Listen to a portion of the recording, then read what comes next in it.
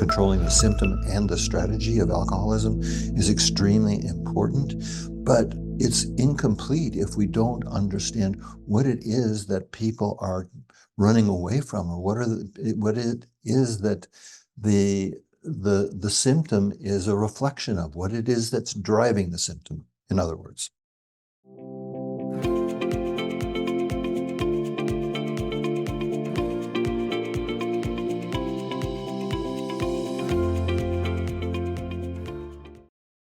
Okay, Dr. Heller, welcome to the show. Nice to be here. Thank you. So, to get started, I've heard you say that NARM does not see the traumatic event as the primary issue. It's the adaptations that we make to traumatizing experiences that are the primary issue. Could you maybe expand on what you're getting at here? Yeah. Well, there's this general idea, even among clinicians sometimes, that it's the event itself, but in reality, the event is in the past. The event is over. But the adaptations that we make to that event are what we carry forward into the present moment, if let's say it was a childhood trauma, it's what we carry over then into adulthood. And there really are, in terms of adaptations from the NARM approach, there's really one major adaptation that we make. There are, it's not complete, but this is a good start, which is disconnection.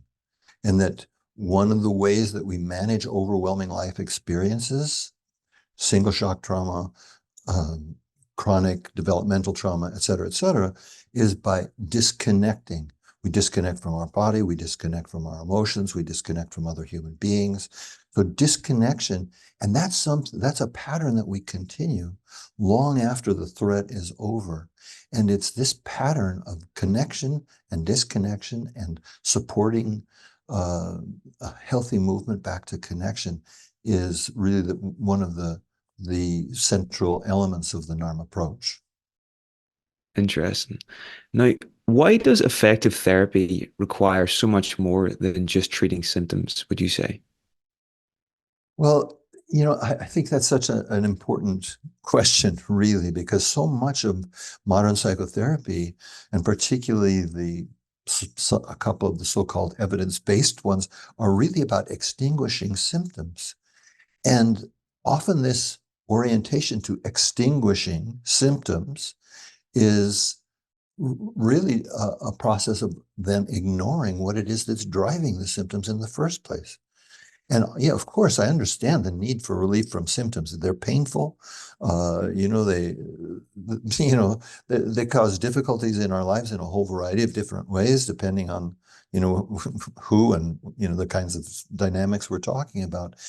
But it's so essential that we focus on what it is that's driving the symptoms in the first place. And this can be anything from what is actually driving OCD, as opposed to just focusing on the obsessions and the compulsive behavior. What it is, for example, that's driving alcoholism, not, controlling the behavior, of course, controlling the symptom and the strategy of alcoholism is extremely important.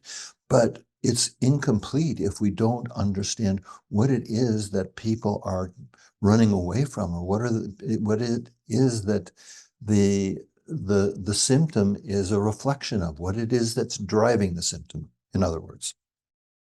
Could we say then that these symptoms are almost communications from ourselves that we should be listening to rather than trying to get rid of? Well, that's exactly the approach that I take in NARM, and that it's, instead of extinguishing that symptom, we want to really listen to it. It's a communication, just as you say, that's, central to the NARM understanding. And we want to understand what it is. It's like usually some deeper part of ourself that is trying to communicate a certain kind of distress. And if we're trying to extinguish this symptom, and we're doing it a disservice by not listening to it. And often these symptoms were what I call in NARM strategies. They were attempts at solutions that worked in one way or another at one point in our life. We survived after all, but they continue then to create now what we're calling symptoms in adulthood, because they're no longer useful or appropriate in our current life. And without understanding that, we're kind of in the dark. We're just groping around for some ways to find some relief, which is understandable that we want to help people experience relief, but we're not getting at the core of the matter. It's a total change of perspective when you look at it like that. So I'm going to read you a quote now, and I want to get your comments on it. So I think you're going to know who it's from, but I'll read it anyway. Your task is not to seek for love, but merely to seek and find all the barriers within yourself that you have built against it. Well, that's Rumi, of course. Yeah. Can you tell me about the significance of this quote? Well, the way the whole NARM clinical model is set up is that there are 4 pillars in NARM, and we start with the first pillar. And the first pillar is getting a sense from the client what it is that they're really most wanting. And it's very important that we make it as much as possible, a non-behavioral thing, intention, let's say, call it. So that sometimes it just requires a small change. But for example, it's common that a client will come in and say they've struggled with relationships for so many years and they just like to have a healthy relationship. And then we will change and see if it's okay with the client. But we might say, would it be fair to say that you'd like more of a capacity for a healthy relationship? By making it a capacity, then we make it internal to them. It leads to the theme of agency, which I know you and I will be talking about later. And at that point, then it becomes just as Rumi said many, many centuries ago, that it then becomes a question of exploring the obstacles, the learned obstacles that are now in the way of us having the healthy relationship that human beings, for the most case, tend to really want. So that makes it an exploration rather than trying to find solutions. And it creates a whole different atmosphere of uh, openness, exploration. It's not goal-oriented in the way that many traditional models are. It's really about exploring the client's inner world and not just their behavioral responses. So that for me is a really important piece. Of course, we don't ignore behaviors, and particularly ones that are harmful to self or harmful to others, and sometimes both. But we're always wanting to ask ourselves and invite the client to come in, into the question of what is it that's driving all this, or what are the obstacles that are in the way? And what we always find is that this is where childhood trauma, for example, developmental trauma, and the adaptations that we made to that we're carrying forward are now getting in the way of having the kind of life that we almost want. No, that could be misunderstood. All most want, as opposed, it's not that we almost want it, but we really want it as human beings. This is such a deep longing. And the original title of the Healing Developmental Trauma book was called Connection, Our Deepest Desire and Greatest Fear. And that title was trying to capture what I call in NARM the core dilemma, the choice between authenticity and attachment, or authenticity and being loved. And this is a core dilemma that children face growing up when they're not welcomed, when they're not supported, when their needs are not met, or when they're attacked, or all the kinds of things that happen developmentally to so many children, so many of us when we were children. So it changes the whole psychotherapeutic process in terms of just an exploration of the past to how is the past expressing itself in the very internal, in the internal dynamics that are now getting in our way of living a full life as adults. So there's this part of us that's always moving towards healing and connection. And we experience these difficulties early in life, these developmental traumas or whatever. And then those adaptive strategies are taking us away from that because we didn't know any better at the time. And that was just how we survived those early experiences. And that was how we be fitting with our caregivers or the people that we were with at the time. Yeah. I- exactly. And it's this piece that you mentioned is really a, part of, it's repeated in several different places in my work and in the books that I've written, because it's really so important to understand that there is this spontaneous movement in each of us towards reconnection. It's our nature to be connected. Barring trauma, we are connected. But when we've adapted to trauma by disconnecting, there still is this part of us that it maybe goes underground, but it's always pushing to the surface, looking for reconnection. And we often don't know how to find that reconnection, even though the symptoms that we experience are often a part of this conflict between those parts of us that are looking for reconnection and the adaptive mechanisms, what used to be called defense mechanisms, but I call them adaptive mechanisms that once saved our lives, that are now greatly limiting our lives. So it sort of seems like this is almost the task of life. Maybe the most difficult task of life is to sort of, whatever that force is to sort of let it flow rather than or get the obstacles out of the way so that it can flourish and the person can reach their potential, you know?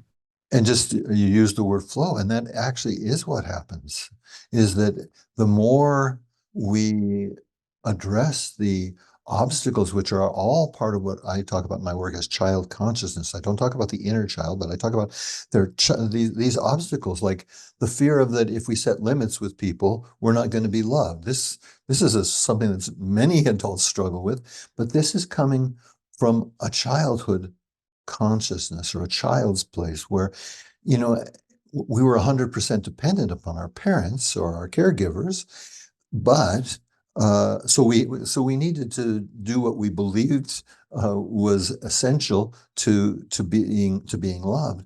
But then we might then have difficulty even saying speaking up to a waiter or a stranger, because we're still carrying this pattern over that if we say no, if we stand up for ourselves, if we speak our mind, that we won't be loved, even by people who objectively are not essential. It isn't essential anymore whether they love us or not.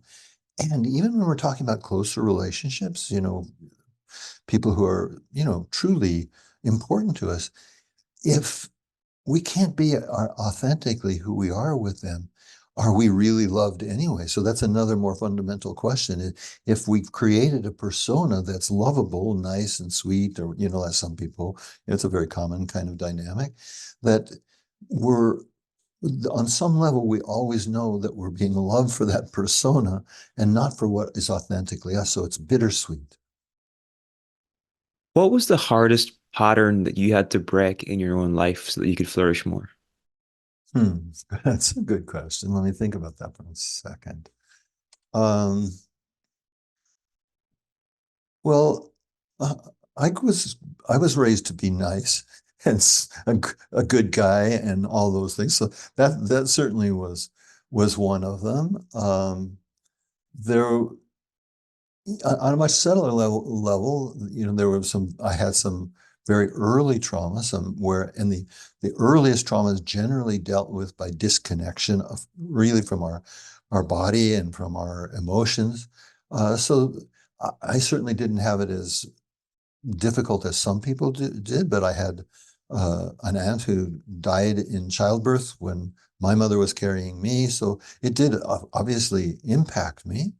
And so there was that process of on a much deeper level, I think is why maybe in some ways became sensitive to the theme of connection and disconnection. And then through, a lot of personal work, I think most of that has gotten resolved for me. So that too is a significant pattern. But the reality is I've got these 5 different adaptive survival styles, is that I can find elements of myself in all of them. So, as most people can actually. Many people always ask me the question when I present about the survival styles, do we just have one, or no, they're all human issues: attachment, attunement, trust, autonomy, love, and sexuality. So they're human issues. So we all most of us have some elements of all of the various survival styles in us in one way or another, but one or two tend to dominate. For sure.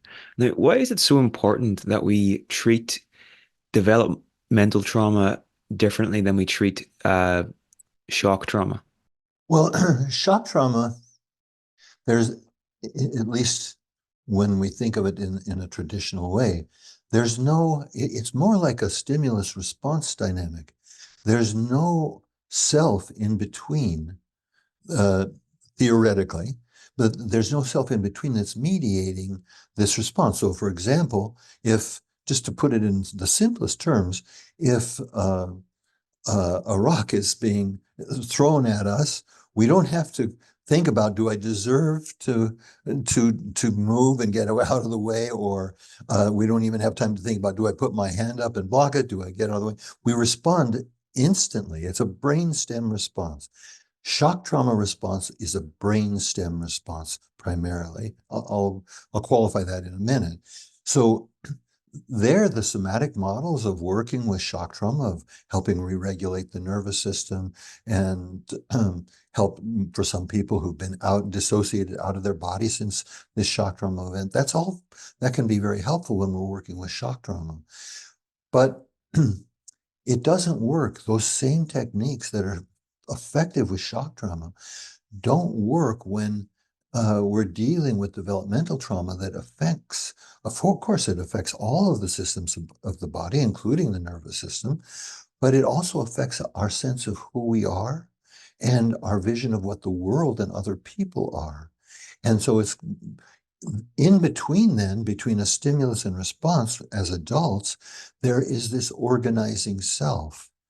And that's the part that we address, that we're always, as human beings, organizing our experience. We're not just like the old behaviorists from, Skinner and, many decades ago, that it's just stimulus response. There's a stimulus, and then, we've got 50 people when you have the same stimulus, and you can have 50 different responses because we all organize instantly or very, very quickly our reaction to that that stimulus. Some people might be shocked. Some people might not have much of a reaction, not because they're shut down. It just doesn't impact them in the same way. So this organizing self and the identity, the sense of ourself, the sense of the world, is something that we need to address in developmental trauma that theoretically doesn't need to be addressed in shock trauma. Now, I will add just one important point to that, as most people know who work with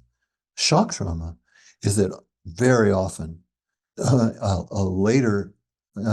event later in life where there's shock trauma will also open up unresolved developmental trauma. So then we have to deal with other elements, and they're not, and they're best treated in different ways. So That's very well said. We spoke with Pat Ogden, your colleague, for this summit as well, and she said something very similar. Like maybe the most important variable in mental health is how we organize our experiences. That sort of intervening variable between stimulus and response. So interesting parallel there.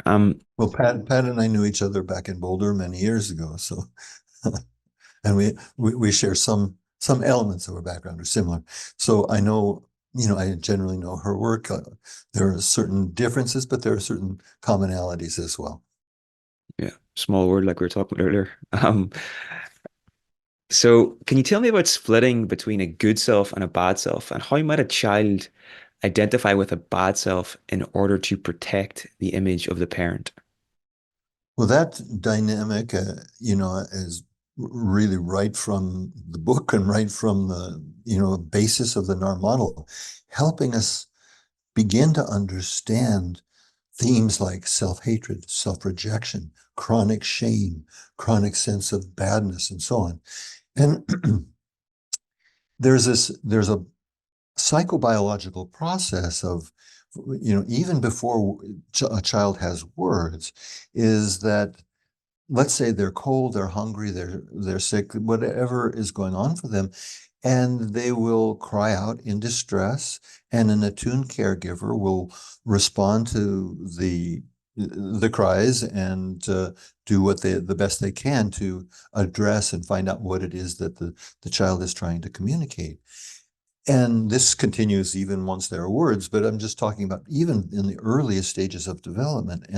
But here's the thing is that when, for a variety of reasons, parents don't respond or don't know how to respond or are unable or unavailable to respond, then the child, again, this is a biological process and a psychological process, is that the child will begin to protest.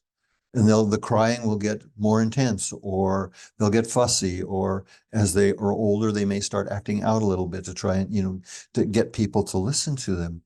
And so the the protest then is a next ramp up on, it's a sympathetic branch of the autonomic nervous system, kind of a part of a bigger kind of fight response. But then what happens is that if the protest then is ignored or not addressed adequately, then it turns into anger, which is just the natural progression. And here's where there are two challenges that children begin to experience, and infants as well begin to experience, is that they start to feel intense anger and even rage towards the parents who are not responding.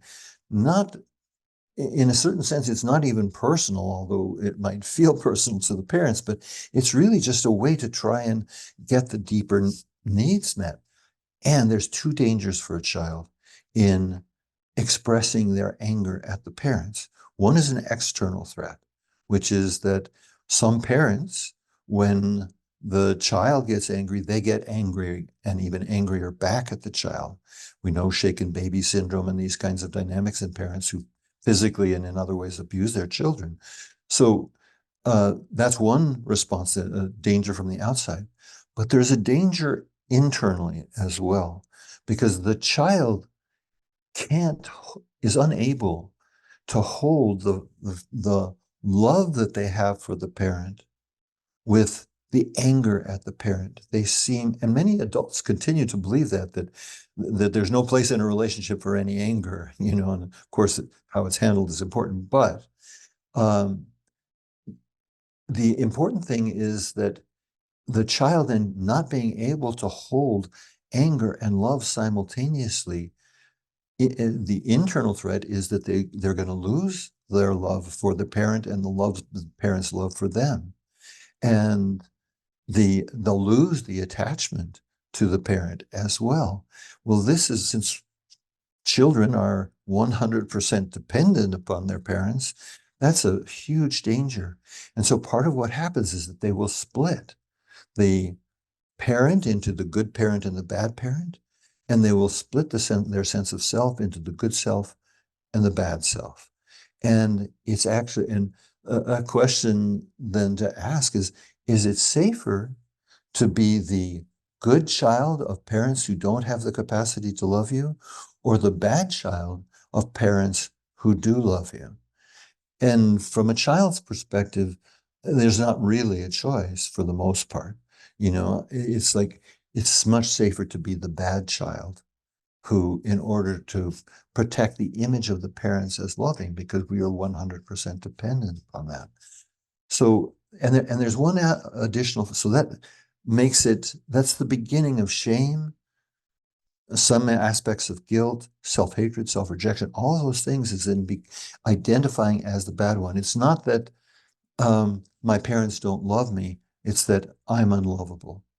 Now, we've known in psychology for a long time that children tend to blame themselves for all of the environmental or any environmental failure that happens around them. And that's another piece of this that adds to this dynamic, which is just that the child that can't understand that it's not them. Everything revolves around them at a certain stage. It used to be called primary narcissism. It has nothing to do with the pathological narcissism that we talk about as adults, but it means just that for the child, they're the center of their own universe. So everything that happens in their surrounding is a reflection on them. It's why those of listeners who've gone through a divorce, for example, and if they had small children, so they had to explain again and again, it's not you to their children. It's mommy and daddy or whatever, because the child will tend to feel like it's them. So these two dynamics of not being able to integrate as a child, love and intense anger, and also feeling like any failure uh, uh, and any support it is also about them, and their sense of self and their sense of identity and who they are is developing out of this context. And of course that sense of self is going to be distorted when there are parents who really don't have the capacity to love or the capacity to show it or the capacity to caretake, or even just having a parent die unexpectedly. There are all many different scenarios that can drive these dynamics, but it's essential for clinicians to understand the basis of this dynamic. And if I may, I'm getting a little long-winded here, but if I may just add one piece, which is that we've all had the experience of probably a friend, or for some people, a client or a patient that is really down on themselves, hard on themselves, self-critical, all the things that I'm talking about. And we know how unresponsive they tend to be to logic. We can't convince them they're not. If somebody is convinced that they're a bad person, all the talking that we may try to do to help them with that tends to fall on deaf ears, as we say. Definitely. This is an enlightening perspective, I think. In your conversation with Gabor Mata, you put it really well. It was like because our parents at the time when we're so young and vulnerable, they are the world, they are the universe as we know it. So whenever we identify with the bad self, we're not just we're protecting the idea that there is still love in the universe because it's safer to believe that you're a bad self than to believe that you have safe or you have unsafe, incompetent, and potentially dangerous caregivers because that's just, an absolute nightmare from a survival point of view. Well, it's a nightmare, and it's a profound existential threat for the child, because to feel that there's no love in the universe is catastrophic. So and but the pain, and part of the painful element of this is that we continue with these patterns well into adulthood, continuing on some level to believe that we have to distort who we are in order to be loved, and split off certain aspects of self in order to be loved and accepted. And so yeah, this is a really key point that you're addressing, Neil. And I'm glad that you brought it up in the way that you have. So you speak about NARM as being a non-reductionistic approach. Can you maybe expand on what you're getting at here? Yeah, I have very strong feelings about this. Well, I have strong feelings about all of this, as you can probably tell, but particularly this. There's such a tendency in our modern culture to want to reduce people to brain parts or brain chemistry or personal history or nervous system, or we could go on and on with that list, but it's to reduce people. And I'm not saying that brain chemistry and personal history and all, they have nothing to do with this situation, but we're much more as human beings than all of that. And it's so, and I hear, and it really disturbs me when I hear it these days. Well, my brain made me do that, literally, or the angry brain. I think there's a book out there. It's like human beings are angry. Brains respond to that anger by secreting certain neurochemicals and so on. They're messengers, but these brain chemicals are just messengers. I'm trying to work with the whole person and not reduce the person to symptoms or chemicals or history, even though all of those elements come into play. It sort of seems, in some cases, it can almost be a cop out, or it's giving up your own agency, your own responsibility. Because if you say, "Oh, my brain, it was my brain," and it's sort of an easy way out. And it might be an easy way out, but it's totally disempowering too, on the other hand. It's a very good point. It may feel easy, but ultimately, as you just pointed out, it's extremely disempowering. And agency, that's come up, the word has come up a couple of times, has nothing to do with blaming ourselves. It has to do, in NARM at least, it has to do with seeing our part of any kind of emotional or relational difficulty that we're experiencing. And that is extremely empowering to be able to see that in ourselves. And when we're able to experience that level of agency, it frees us from these old patterns as opposed to, well, there's a very common, kind of thing that people will say, well, I'm this way because that happened to me as a child. So like making a one-to-one kind of connection between, well, I have trouble with anger because my father was an alcoholic. Well, I'm sure that has something to do with it. If you had a father who was an alcoholic and who acted out anger, particularly certain times of the week or depending on the scenario. But often what we see when we say, and I won't contradict people, but I say, well, I'll just try to create a little space for the client. I say, well, I'm sure there's something to do with that, but let's keep this exploration open, and we can then explore a little bit more deeply what your relationship to anger is. And when we do, and that's where the agency piece comes in, is that we'll see that, yeah, one element is true. They wanted to be just the opposite of their father. So they didn't want to, they shut off all anger because their father was a rageaholic, let's say. But they're also frightened of it. They're frightened of their own impulses. They're frightened of the consequences. They're frightened of not being loved. So it's much more complex than just, I'm this way because that happened to me. I'm this way because of this trauma. It's always, in my experience, literally always more complicated than that. Even if that, let's say, that trauma or that experience had an impact, even an important impact, there's still more elements for us to look at. For sure. Now, if in the simplest possible terms, what would you say the aim of NARM is? We're supporting the possibility of increasing reconnection with emotion, reconnection with our bodies, and reconnection with other people. And for some people, reconnection with something greater than themselves.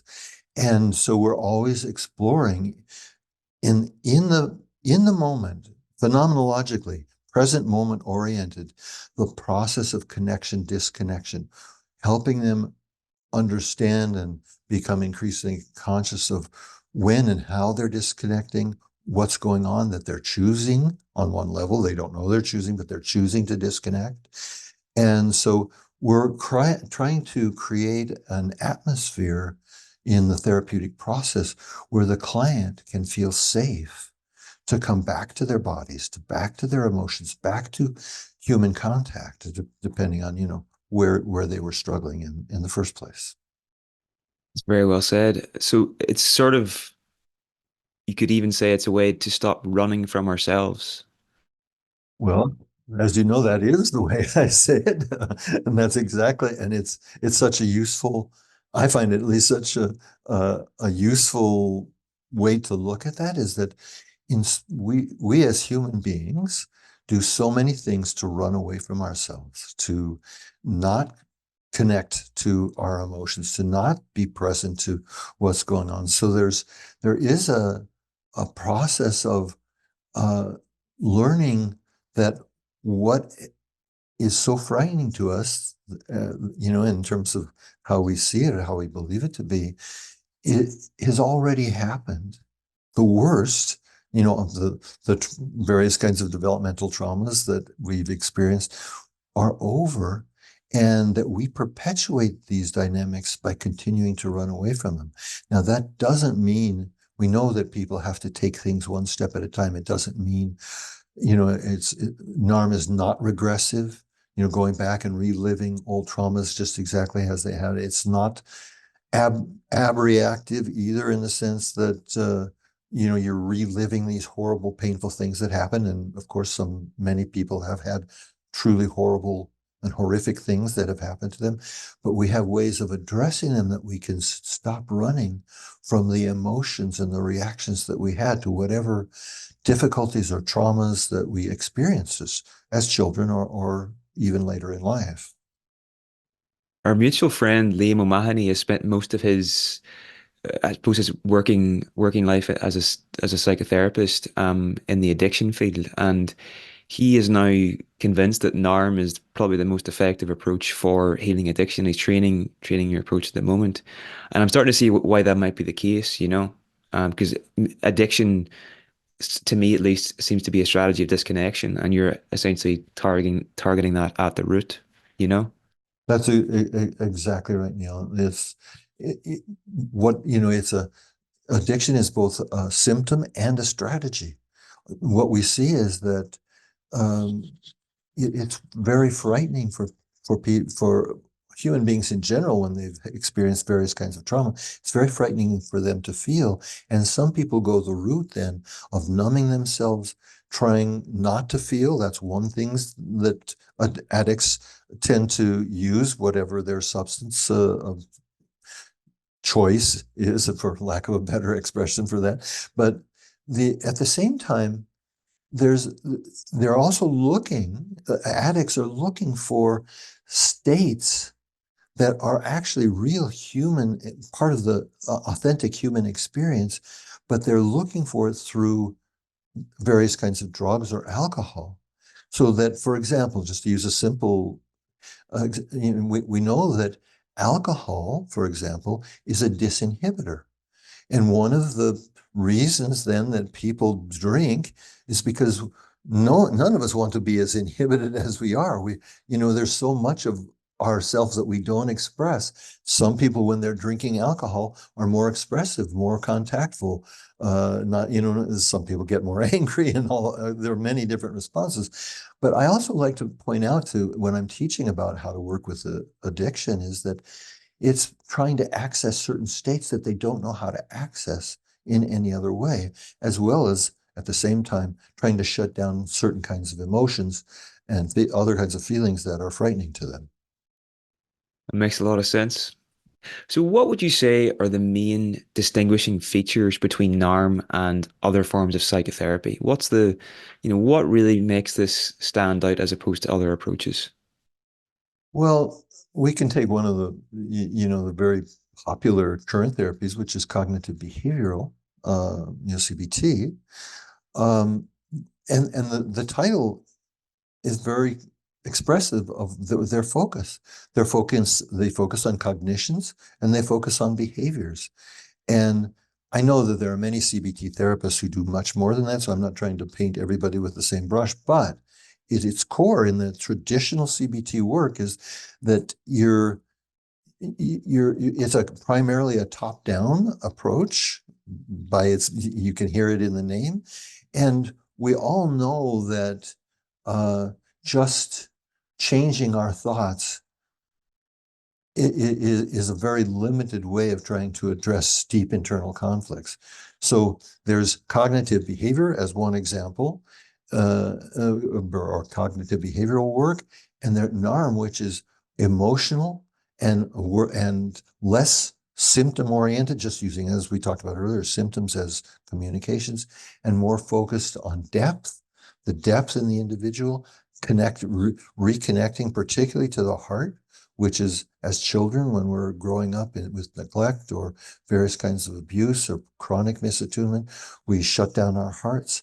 So this heart-based and emotional-based method, which is NARM, feels to me very different from traditional cognitive behavioral. Now, of course, there are cognitive interventions that I use in NARM as well, too. So I'm not trying to say that it's 100% different, but that's a big distinction.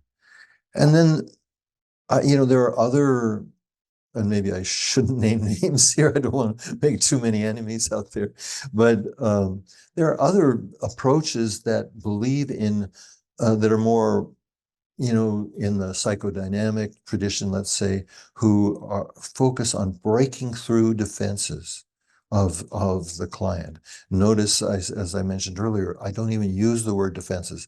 I talk about adaptive survival mechanisms as opposed to defenses, because defenses are pathologizing, or the use of that word is pathologizing. And so the whole point actually isn't to break through defenses using a traditional language. The point is to really understand what these protective mechanisms, how they function, where they got started, and how we can, you know, move beyond them as human beings so that we're not stuck in these old protective mechanisms. And if we just bust through defenses trying to get to the emotion that's underneath, we're missing one. I find it harsh, and we're often missing the human being that's there, who's shut down their emotions for a reason. And we're always wanting to understand, and help the client understand and feel compassionate towards the reason that they needed to shut down in the first place. When they do that, then the so-called defenses soften, and the client feels safe enough to allow themselves to begin to feel some of the emotions that which generally constellate around either anger and protest or grief. And that can lead to what I talk about in NARM as emotional completion. And so I'd say that's, to answer one last piece of your question, is that this orientation towards emotional completion is extremely important in the NARM approach. It's that emotions are communications. We want to be able to know what it is that we're feeling, what the emotion is. We want to know what it is that it's trying to communicate, or maybe originally to the environment, and maybe still currently to the environment. And for example, when we integrate anger and protest in NARM, never by acting out or catharsis, that kind of abreaction kind of work, but when uh, we free up the very powerful energies that are present to all emotions, and uh, that's a very much of we free up these energies, we're able to reconnect in a profound way that was not possible before. So the emotional completion process is a central element to the NARM work. It seems that even just by shifting the language away from defenses puts the person in a position to be much more compassionate to these adaptive strategies, which is so important, you know? Um, Another thing that's different about your approach, like it's different than other approaches that just focus on the nervous system and just focus on the body. So can you maybe tell us about how NARM differs in that regard, and also what role does the body play in um in your approach? Well, from my experience and my understanding, that I think is pretty consistent with most people's when they think about it, or reflect on it, is that the body is the mechanism of disconnection. We all know the experience that when we've got a lot going on, we're angry about something, or we're upset, our body gets tight. So we one of the ways that we uh, try not to feel is by tensing and contracting. And this starts very early. So it's like we tense and contract in the muscular system. Um, and even earlier than that, when we're talking about very early kinds of trauma, it's even on a level of the organs and the central nervous system that there is this contraction and constriction. And and these are all bodily based mechanisms. The uh, the other element too is that when we're in chronic states of contraction, like we're growing up in a traumatic household where we never know, from which direction or when threat and danger are going to be coming, that we tense up constantly. All of us as human beings know how we hold our breath when we're tense or anxious. And we have, in English we say, a sigh of relief when the danger is past and we can start breathing again. So the body, paying attention to the body, both the contraction and collapse that is observable, is something that we address moment by moment in a phenomenological way, meaning like that's we can only see that connection disconnection process in the here and now with the client sitting in front of us.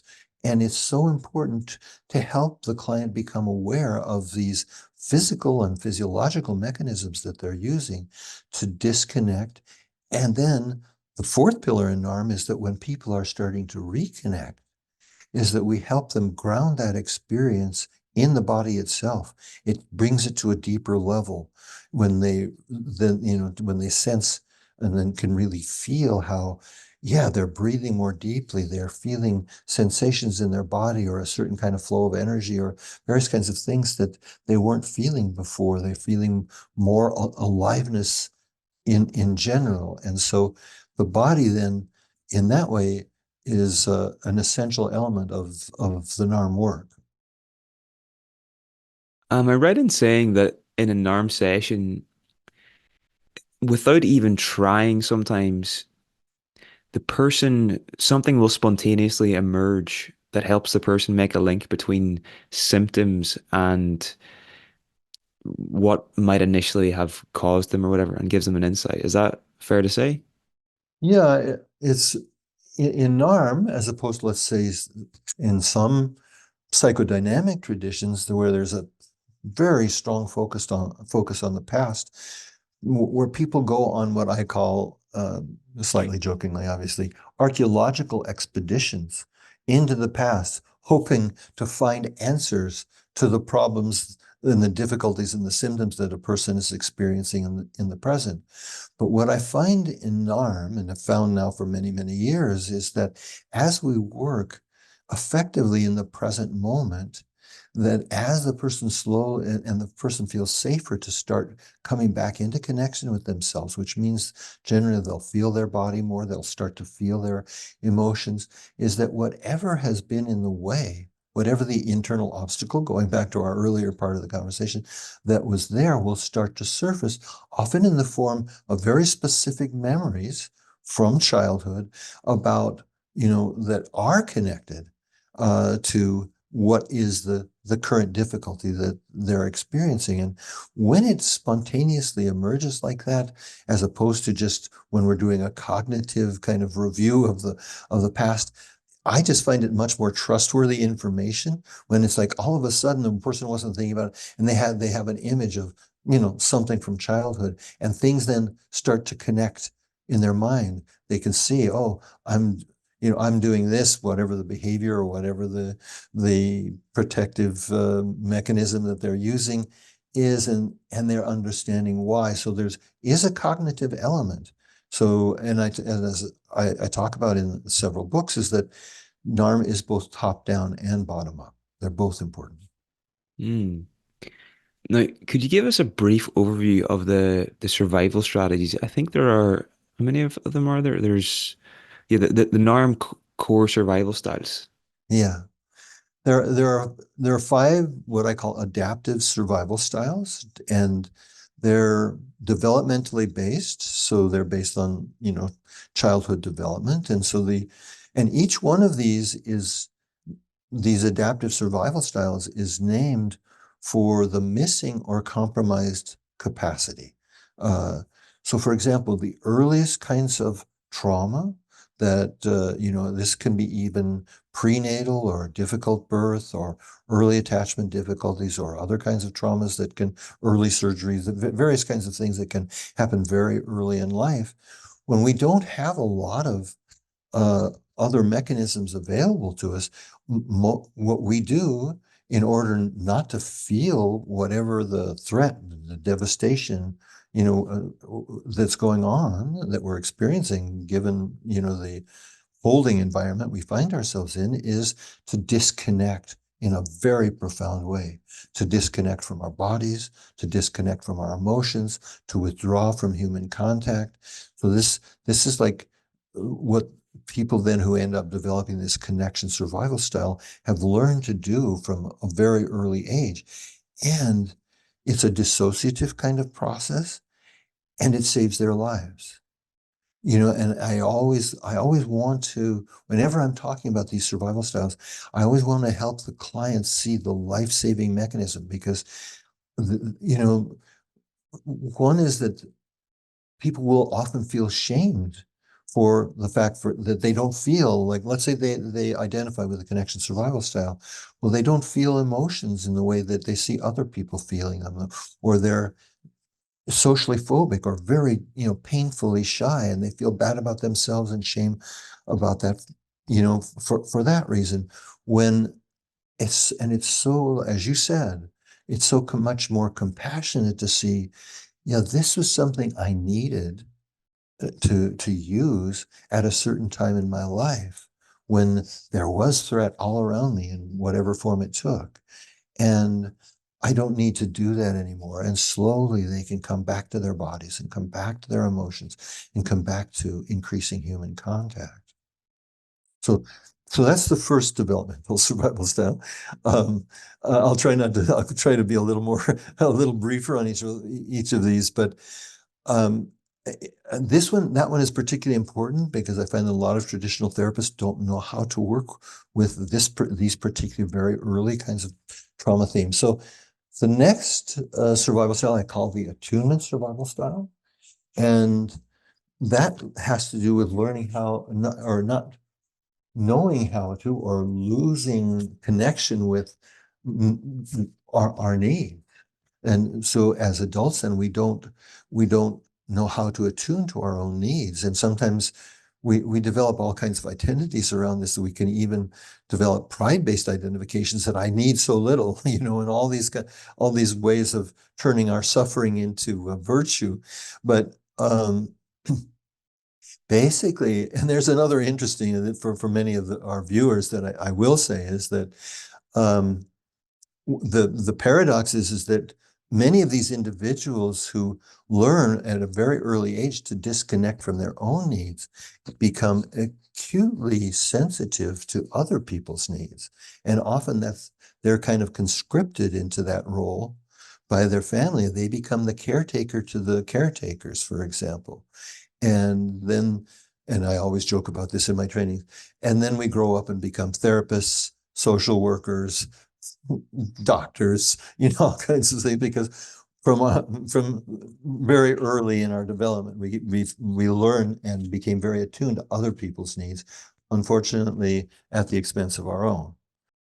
So the trust survival style has, again, the missing capacity is trust. These are often people whose trust has been betrayed in a variety of ways as children. And there can be, like with everything, there's a large spectrum here, but they end up getting the sense that the only person they can trust is themselves, that you can't trust anybody else. And they often become very competitive. They see life as a jungle, survival of the fittest. So they become power oriented. That's all part of not trusting. It's a very lonely place because you can't let down, and you can't allow yourself to have a healthy interdependence with other people. And for some individuals who are really stuck in this survival style, healthy interdependence is a contradiction in terms. It's like it doesn't even compute at first, but they're there because they're suffering too. And these individuals in the extreme, they can make other people's lives quite difficult because they can be very controlling, they can be very power oriented, and so on. But when we see the human being there, they're also suffering too. And so that in a very brief terms is the trust survival style. So then the autonomy survival style, again, the compromised capacity, is healthy autonomy. So when you have parents, for example, who always knew what was right for you, who were always right, needed to be right, very rigid, very controlling, sometimes very invasive, you learn and didn't support age-appropriate autonomy in the child. Um, like I say, again, I like to use irony in some in my trainings. It's like it makes perfect sense to walk if you're walking your 4-year-old to school to hold their hand. But if you're still holding their hand going to school at 14, then there's a problem there. So that's what I mean by age-appropriate autonomy. And that takes a certain kind of an attunement on the part of the parents and a willingness to allow the child to grow up, because on some level, every movement towards increasing autonomy in a child is a movement away from dependency on the parents. And for some parents who have abandonment issues that they've never worked out, for example, it represents a threat to them. And so they undermine the child's autonomy. So there's a basic kind of strategy that autonomy survival style individuals use, which is this superficial, I talked about this earlier, this superficial niceness and going along, getting along to going, or going along to get along, and all of these, peacemakers, and not liking conflict. And I could go on and on about all the various kinds of symptoms, but they have difficulty saying no. They have difficulty setting limits. They have difficulty with authentic communication. If they think it's going to ruffle somebody else's feathers, they're acutely attuned to others' reactions to them, and not so attuned to what's real and authentic in them, and actually afraid to communicate that for fear that they won't be, in their mind, liked. But really, it goes back to their fear, the child's fear, that they wouldn't be loved if they spoke up. And so there's this, for the child, there's often this superficial yes, but I'll go along with what you say, mom and dad, or whoever the caregivers are. But on a deep level, there's this huge, no way. You may have my body, but you're never going to get my soul. That kind of dynamic. And I see you smile. I can't help but noticing that you're smiling as we talk about this. So, but as I said, I feel like doing some of my own work on this theme helped me understand how, the struggle that other people do with this theme as well. Definitely, definitely. Okay, so just wrapping up. So your journey, I'm right in saying, started in the human potential movement, probably in the 60s or 70s. I'm not sure when, but It was this, yeah, 60, not 60s. I'm not quite that old. I'm old, but I'm not that old. But definitely the 70s. my apologies. Okay, and you've been on what seems to be an incredible journey since then, and it strikes me that to integrate the wide variety of approaches and models within that you've been able to do within NARM, you've had to probably stay incredibly open throughout the years, and that's not normal. That's not a common trait for people, and I'm just curious for maybe a young person listening to this that would like to maybe have a similar impact one day. Have you any words of wisdom to them about how to navigate this path, if that makes sense? Yeah, well, I can share just a little bit about my process, which is that I learned a lot from a whole variety of body-oriented approaches, psychodynamic, psychoanalytic approaches, many other Gestalt, many different therapies. And I always somehow, in some way, listened to my reaction and also paid attention. And I could feel what worked and didn't work for me, and I could also see what worked and didn't work for other people.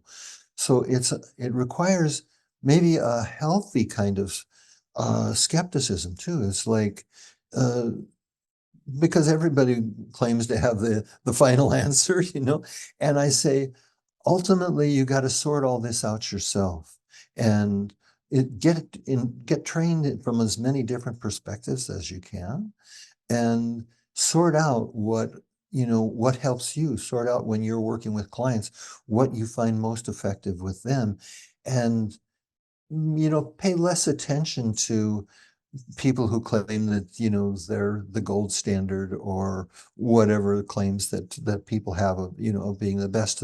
Like really test it with against your own experience and your experience personally, and your experience clinically. Those are wise words. Now you've got a book coming out. Is it on Shame, the new book, or what's the Yeah, there's there's already a book in that I co-wrote in German on shame, but this is actually a different book that we're mostly finished with, which is about the theme of shame and guilt. And it will be coming out in English, hopefully in about 9 months. We're in the editing process right now, so sometimes that takes longer than you expect. But yeah, so that's in process. fantastic, fantastic. And so is going to air in late October, early November. So it might just be a bit early at that stage, but hopefully people can pre-order by then and get a copy. Another recommendation maybe would be your Healing Developmental Trauma book, the first one for people after this conversation to dive a bit deeper, or any others. Yeah, well, and then for clinicians who are wanting to know more of the details of the NARM approach, the second book, which is the Practical Guide to Healing Developmental Trauma, I would, of course, also recommend. And as you and I talked off camera before, or before we were recording, there are other books on attachment that I can recommend to people. And so, there's a lot of important information out there, and I just encourage everyone to, keep an open mind, keep exploring, uh, and see what is most effective for you. Amazing. And if someone wants to take a training with you guys, where would you send them? Well, we've got trainings all over Europe. So we've got, I think, like 14 different trainings in most parts of Eastern Europe and most parts of Western Europe. We've got trainings in the US as well. We also have significant online training programs through the NARM Training Institute. So there are many different ways of and different levels of experience. So you can do it live or online, various kinds of programs that are available to your listeners. Okay, well, Dr. Heller, it's been an absolute pleasure speaking with you today. You're doing fantastic work, so just keep it up, keep going, and I wish you all the Well, best going forward. thanks, Neil, and it was nice to be here.